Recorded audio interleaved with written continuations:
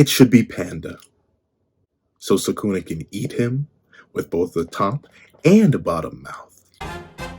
What's up, guys? All Pencil here, and here we are to do a breakdown and discussion on who should fight the King of Curses, Ryomen Sukuna, after his battle with Kashimo Hajime. Now, I know all the Kashimo fans out there are going to be like, really? Really? Fight just started.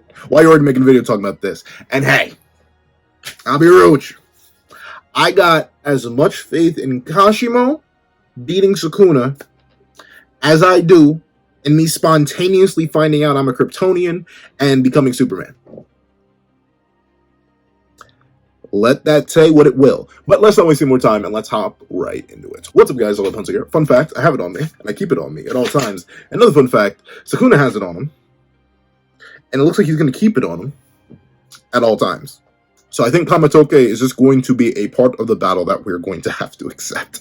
I don't think Kashimo's going to destroy it. I don't think we're going to get him unarmed or anything like that. He's got his little... Yeah.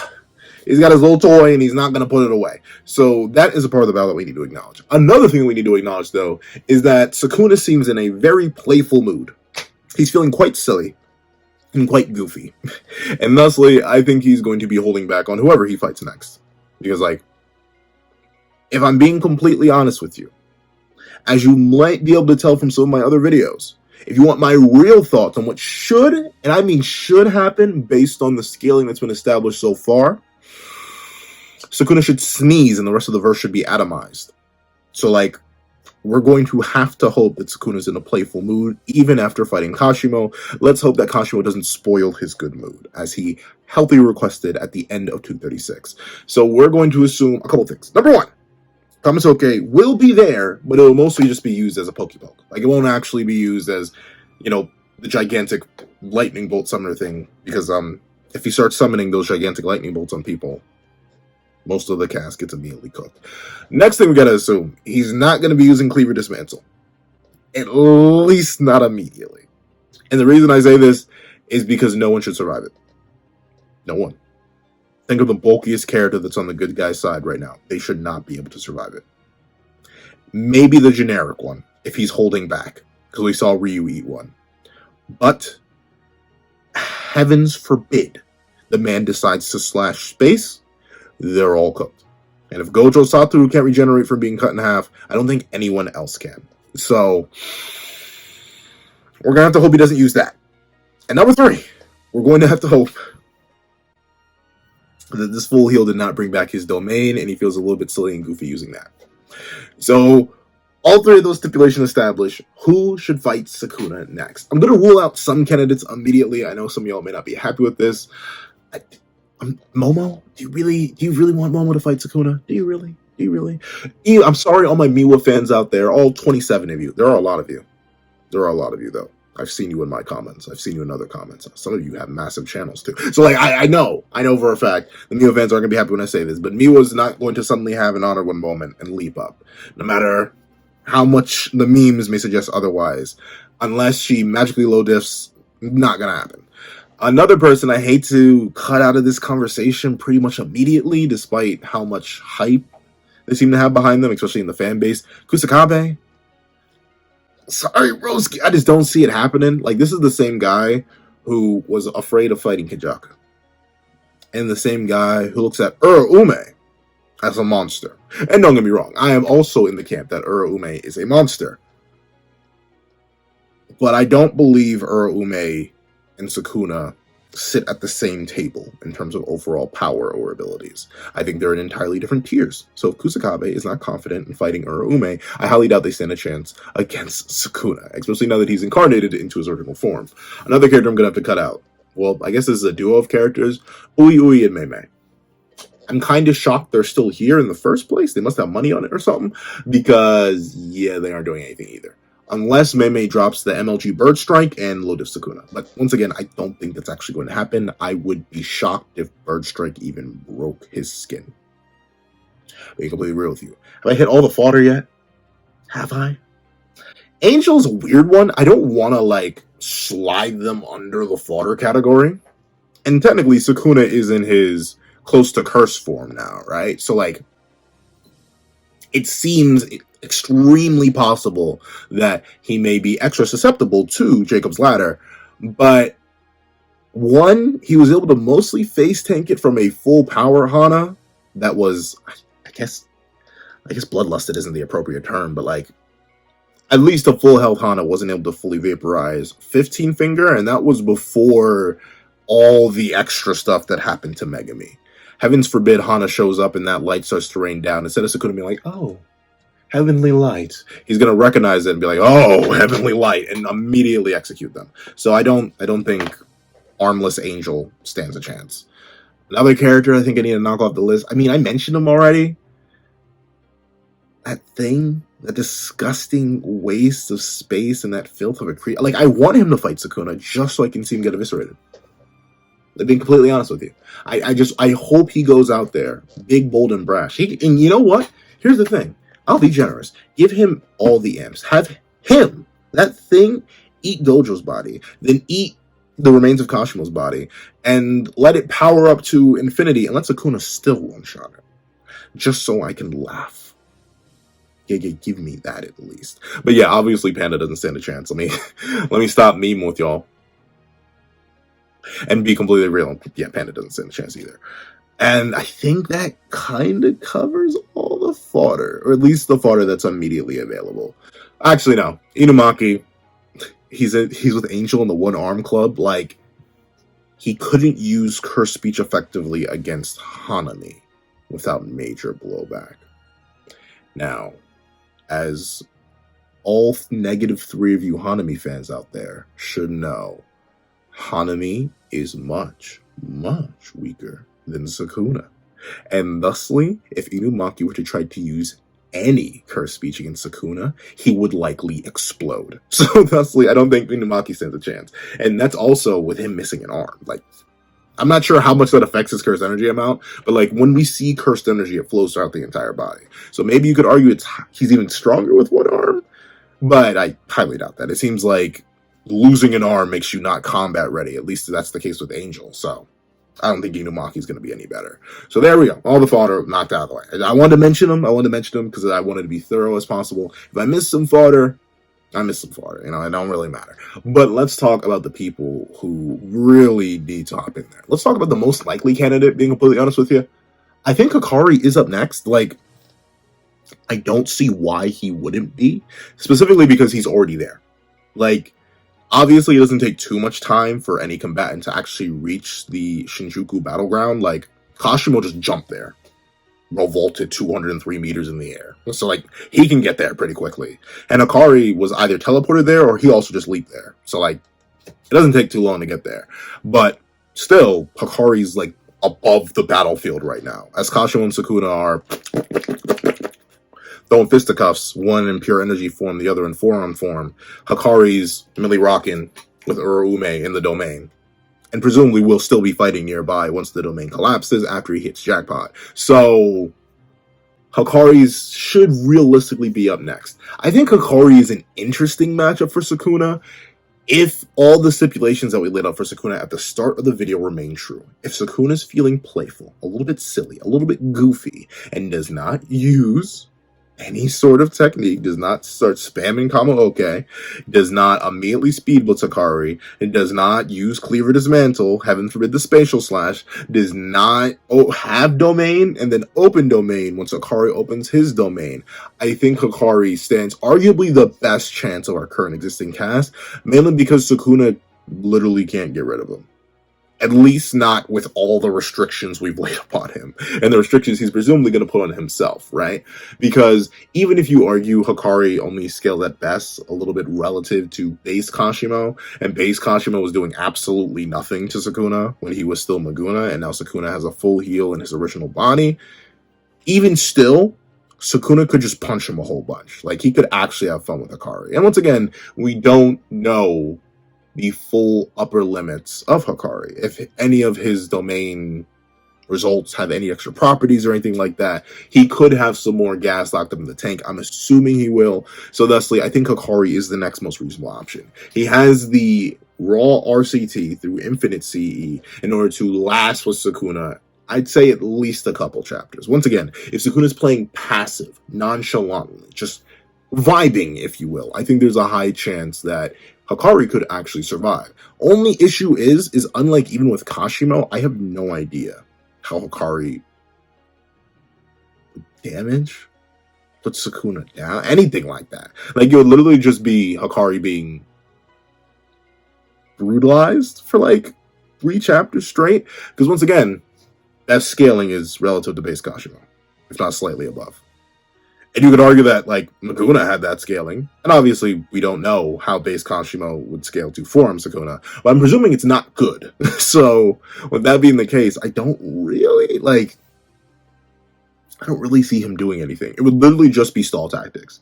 Like, for someone like Hakari going up against Ryomen, I'm going to make my own video talking about that based on what exists now. And then, obviously, the manga will soon show us what happens there. Maybe. Who knows? Gege may skip it, because Gege's in a funny mood recently. But, with that being the case, Hakari should win against Urume for being super generous to Hakari. I can see that. I can see Urume getting punched down to oblivion. But I don't know. Mr. Forearms, I'm jacked and juicier than an elephant trunk. Sukuna over there, I don't really see it. I don't really see Hakari with just punches beating the taste out of Sukuna. Unless he starts landing some black flashes. If he can, like, start black flashing up on Jackpot with infinite cursed energy, maybe he could start to get some licks in. But the only issue is, and this is an issue that we're going to keep running into in this video, if Hakari actually does start doing serious damage to Sukuna, or any notable damage, or heaven forbid does land a black flash, that's likely going to trigger Sukuna's trauma response. And Sukuna's trauma response is a cleave, straight down the middle, spatial or not. I don't think Hakari's tanking that. A cleave, straight to the neck. Maybe Hakari can reach on that with Infinite CE, but I don't know. I kind of just see his body falling forward and his head falling backwards. I don't know. The moment Sukuna starts to take Hakari at all seriously, I don't think Hakari stands a chance. That's the big issue. Like, I don't think that's a thing that can really work out at all, because Hakari just has lower stats across the board, but if those stats ever remotely become relative to Sukuna, Sukuna will then start to take Hakari remotely seriously. And the moment he takes them remotely seriously, he's going to get Ryu'd. And sure, you may be able to argue that Hakari is probably the only character who can get Ryu'd and survive mostly consistently. But especially considering Hakari's domain involuntarily snitches on itself, there's no doubt in my mind that Sukuna can time the end of domain. Like, I can see the line of text right now. The restless gambler, Hakari Kinji's luck has finally run out. So either Sukuna slays him inside domain before Hakari can activate a respin or a refresh or anything like that, or worse, Sukuna just grabs Hakari's arms and prevents him from going domain and then spits in his mouth. But since this is Sukuna, I was going to try to say it with a straight face, but I can't. But since this is Sukuna spitting in Hakari's mouth, Hakari's head gets detonated. It's a spitting slash, if you will. So thusly, I don't think Hakari really stands much of a chance, but I do think he's the next most likely candidate and someone who I would want to see fight Sukuna, just because I think the interaction would be interesting. Especially considering Sukuna would be able to interact with the domain without any real fear of Hakari. He'd be able to interact with Hakari without any real fear of Hakari. So I can see him staying in a more casual, lax, lighthearted mindset and just wanting to see, once again, the upper limits of RCT. Since this would be, well, we don't know Sukuna's past that well, but presumably Hakari is the first of his kind. And thusly, Sukuna encountering a person with infinite CE who can basically take infinite punishment would probably be interesting for him. So I do think that would be why the fight lasts more than a few seconds. Though I don't think Hakari would get the dub. Next up on the list, I do believe a lot of people are going to say the person who claimed Hakari stronger than them, and I will talk about them now. Yuta Okkotsu is another... I'm sorry. I just don't want to say it, bro. I don't think he stands a chance. I genuinely don't think he stands a chance. He's in an even worse position than Hakari is. And you might be wondering, like, whoa, why, Pencil Man, why? Number one, 5 minutes. Unless he did something crazy in that month time skip, he has 5 minutes. 5 minutes to beat Sukuna. 5 minutes. I don't think he's beating Sukuna in 5 minutes. And the thing is, right? Maybe you say that, oh, well, sure. He only has 5 minutes of using his curse technique and fully manifested Rika. But what about Base gets flauterized, annihilated, bullied, wackatron, like whatever adjective you want to use, it's just gonna, is that an adjective? Or I think that'd be a verb. Like whatever verb you want to use, it's gonna happen to Yuta. Because ultimately with his, I don't want to call Yuta ceiling abysmal, especially since I'll go with the narrative. You've heard me argue against it and I still don't believe it. But let me just slop Yuta right off. Let's say he was holding back in Sendai, holding back stats for some reason. I can understand him maybe holding back techniques, even though it doesn't make sense, but holding back stats. He was not holding back 20 finger stats. He simply wasn't. I'm sorry, there's nothing you can do to convince me he was holding back 20 fingers level of stats. Maybe 15 finger. Even then, I don't buy that either, because look what happened to Ryu. So, like, being generous as humanly possible to Yuta Okkotsu. He lasts for like a minute in base. Sukuna brutalizes him. He's used up all his RCT. He slides a little ring on. Yuta then gets brutalized alongside Rika. Curse speech likely wouldn't work on Sukuna. Sukuna is running relatively low in curse energy. Maybe. I don't know. He seems to be fully fresh and back to normal after restoring his body. But presumably, he still has a whole bunch of curse energy left. So I'm guessing he could easily guard his ears from curse speech. So that wouldn't work against him. Sky manipulation, the man can cut through space. Space with a capital S-P-A-C-E. I don't think it's really too complicated. I don't think it's like a big brain dilemma that the guy who can cut space can deal with sky manipulation. And Drusel Shikigami, like even if Yuta were to summon the mega massive Shikigami, it wouldn't work out all too well because once again, cleaving his mantle. But let's say Sukuna restrains himself from that and just doesn't decide to take Yuta seriously remotely at all. I think Yuta's just too slow. And who knows, maybe it's going to be revealed that this bulkier form of Sukuna is slower than Laguna, but I highly doubt that. And thusly, Yuta has no way to actually hit him. And if he ever does hit him with a basic punch or a basic kick, it's doing nothing.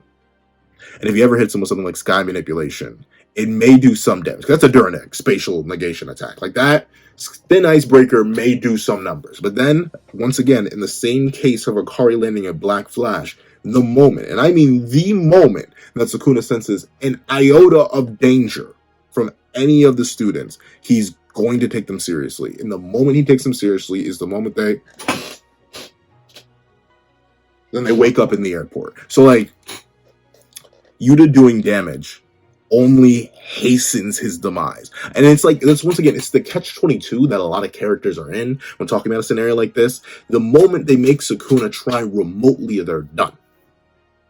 And Yuta's no different. And here's another big reason why I don't think Yuta should fight. Because once again, Gege can literally write anything. He can literally make it so that in that 1 month time skip due to non-linear sorcerer growth, all the casts got exponentially stronger. Like it could just be the case that they all like bully 15 finger level characters now, and they really are all on 20 finger level. No matter how does it make little sense? It makes little sense. Despite how little sense that would make, it is an entire possibility that I could not even begin to knock. However, that doesn't seem likely to me, being completely honest with you. I don't see any of them mystically, magically being 20 finger level. So, that includes Yuta. And thusly, all of his stats are outclassed, his curse techniques outclassed, and only for 5 minutes. And another thing about Yuta in particular that is kind of different from the rest of the students, remember, Sukuna's not the only obstacle. He needs to... Kenjaku's still there. Yuta said himself he was going to fight Kenjaku. And I do think Yuta is kind of needed for Kenjaku. Kenjaku is obviously worlds apart from Sukuna in terms of raw power, speed, stats, abilities, all that. Well, maybe not abilities, because, Kenjaku has, like, probably a million abilities. But even with that being the case, Yuta is a much better matchup for Kenjaku than he is for Sukuna. Sukuna just outclasses him in every stat. And he can only use the technique for 5 minutes. I do not see, I say this from the bottom of my heart, I do not see Yuta beating Kenjaku. No, I do not see Yuta beating Sukuna in 5 minutes, but I do see a pathway where, if used optimally, Yuta and Rika can defeat Kenjaku in 5 minutes, especially if they get a little bit of support. But with that being the case, the big issue comes from the idea that he needs to fight Kenjaku. He's going to need to save that 5 minutes. And unless he goes and learns from Gojo and Sukuna on how to fix that right prefrontal cortex, he's gonna end up in danger where he's techniqueless against Kenjaku. And I don't think I need to convince you that a techniqueless Yuta does not beat Kenjaku. So Kenjaku is another plot point that I haven't even mentioned with Hakari, but that's another big thing that is going to lock a character down like Yuta. He said he was going to beat Kenjaku, he has to fight Kenjaku. Just like Kashimo said he needs to fight Sukuna, so he's fighting Sukuna right now. So ultimately, I think Yuta is not doing good on the power front, on the realistic, on every front. From power to speed to ability to duration of ability, all that is all in Sukuna's favor. Even after a long drawn-out battle with Kashimo, all it takes is one good punch to the jaw, and Yuta's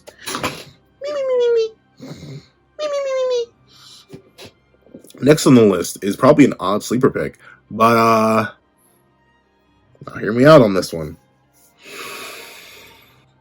Have you ever considered the numerous crimes that King of Curses Ryomen Sukuna has committed over the years? Have you?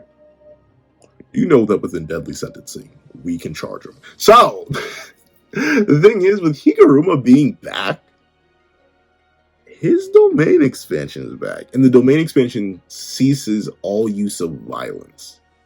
So, you could... I mean, it's so weird and goofy. Like, I don't see Sukuna getting trapped within a barrier that's not literally made by Satoru Gojo, the fastest and strongest sorcerer of the modern day. But, if he gets trapped in deadly sentencing, and let's say he does have his domain back, he may... That's the thing. Would opening a domain count as an act of violence? I think it would, right? Especially Sukuna's domain, it would cause trouble immediately. But then again, maybe the effects would spawn outside of the courtroom. I don't know. But with that being the case, I think Higuruma does actually stand a pretty solid chance if he can be comboed into. Higuruma cannot come in raw. He simply cannot come in raw. He is in one-tap range. He basically, if your name is not Itadori Yuji, Hakari Kinshi, Yuta Akotsu, or Maki Zenin, you are always in one-tap range from a stray hit from Sukuna. Sukuna could flail his arm about once, and boom, you're smacked, nigh on out of existence. So, with that being the case, we gotta think a little bit big brainer about it and have Higuruma be set up into. If he sets it up and Sukuna gets confiscation and he loses his cursed energy, actually no, he just loses cursed technique.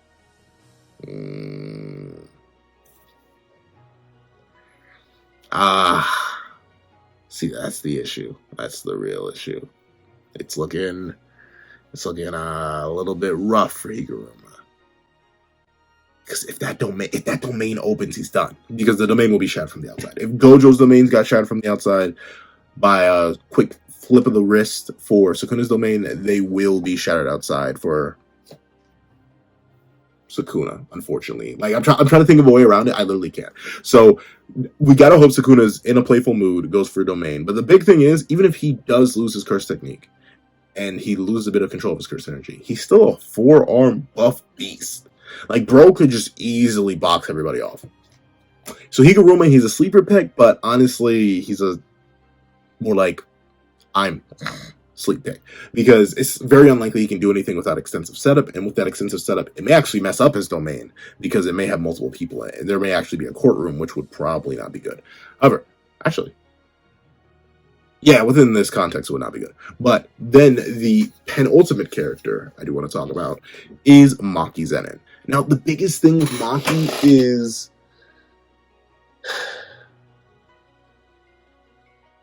my thing is, how do I put this? Maki scales to 15 finger. Meguna. We now have Sukuna, 4 finger. What exactly are we looking for Maki to do here? And here's the thing, right? You may be like, well, pencil. She has Soul Split Katana. So she could go, if she could hit him. And unfortunately, if she had the Soul Split Katana properties, in base without no soul split katana, then maybe you could argue it. But Sukuna can sense swords. Or not sense swords. He can sense cursed tools because they have cursed energy in them. Meaning he would literally just sense Maki attempting to attack him and be like, oh, that's a weird cursed tool. I don't like that. Hold on, stay back. And then he would counteract and one-tap Maki. Sure, she doesn't have cursed energy. Does not make her immune to slashing. Unlike... I miss him. I really do. Big Papa Maharaga. But like legitimately, just that level of scaling, plus Sukuna's able to react to it, plus the fact that Sukuna's soul is abnormally strong. So like, even if she were to land a hit, it may not even work. So unfortunately, Maki's just also in a rough spot where I don't think she should fight next. I honestly think she should be supporting Yuta in their battle against Kenjaku. That's what I think. And then the final man, the man of the hour. How do I think Itadori would do? And should he go next? Honestly, unless he gets some crazy power up, I don't see how Bro's gonna pull this off. I really don't. After all this, after the Kashimo fight, after fighting everybody else, I do not see how Yuji's gonna pull it off. But I hope he does. So this is for Itadori. He runs into the same issue that Hakari does without the reject. He may punch Sukuna, it may tickle. He may black flash Sukuna, then he gets cleaved in half. And for those wondering, yes, Itadori can still get cleaved in half. It doesn't matter that he's soaked in Sukuna's cursed energy because the spatial slash he uses ignore space. So Yuji has nothing. Not a lick of regen to his name, no technique to speak of, nothing. So I don't think Itadori really stands a chance either. If I had to rank who I want to go in next, I think Hakari is number one. It's just the easiest one. Number two would probably be Higuruma. I'd want to see that setup. I want to see how really the King of Curses interacts with Deadly Sentencing. Then I want to see... I want to save Yuta for the Kenjaku fight. Yeah, so I would put... It would go Hakari right after Kashimo. Then... realistically, Yuji... Well, actually, no. You got to save Yuji for last because he's the main character. So, it would probably go something like...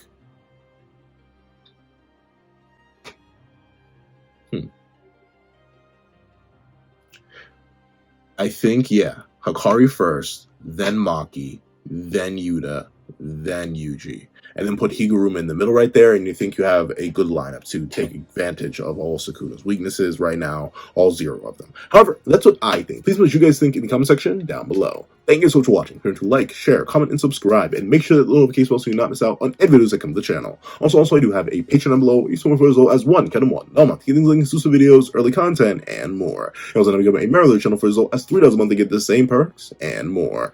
Now, thank you guys so much for watching once again, and I hope you guys have a wonderful day. This is Dagger the Pencil, writing off. I'd like to give a thank you to our $3 members, Recliner Plays, Red Wolf 4765, and Perp Skills. I'd like to give another thank you to our $5 patrons, Sean, Red Wolf 4765, Midnight Gemlord, Kevin, and Demix LND. I'd like to give another very big thank you to our $10 patrons, Robbie Ochia and iDemoComic. I'd like to give a hefty thank you to our $25 member, Alex Ice Rose. I'd like to give another gargantuan thank you to our $25 patrons, Igneal and Calvin Elder.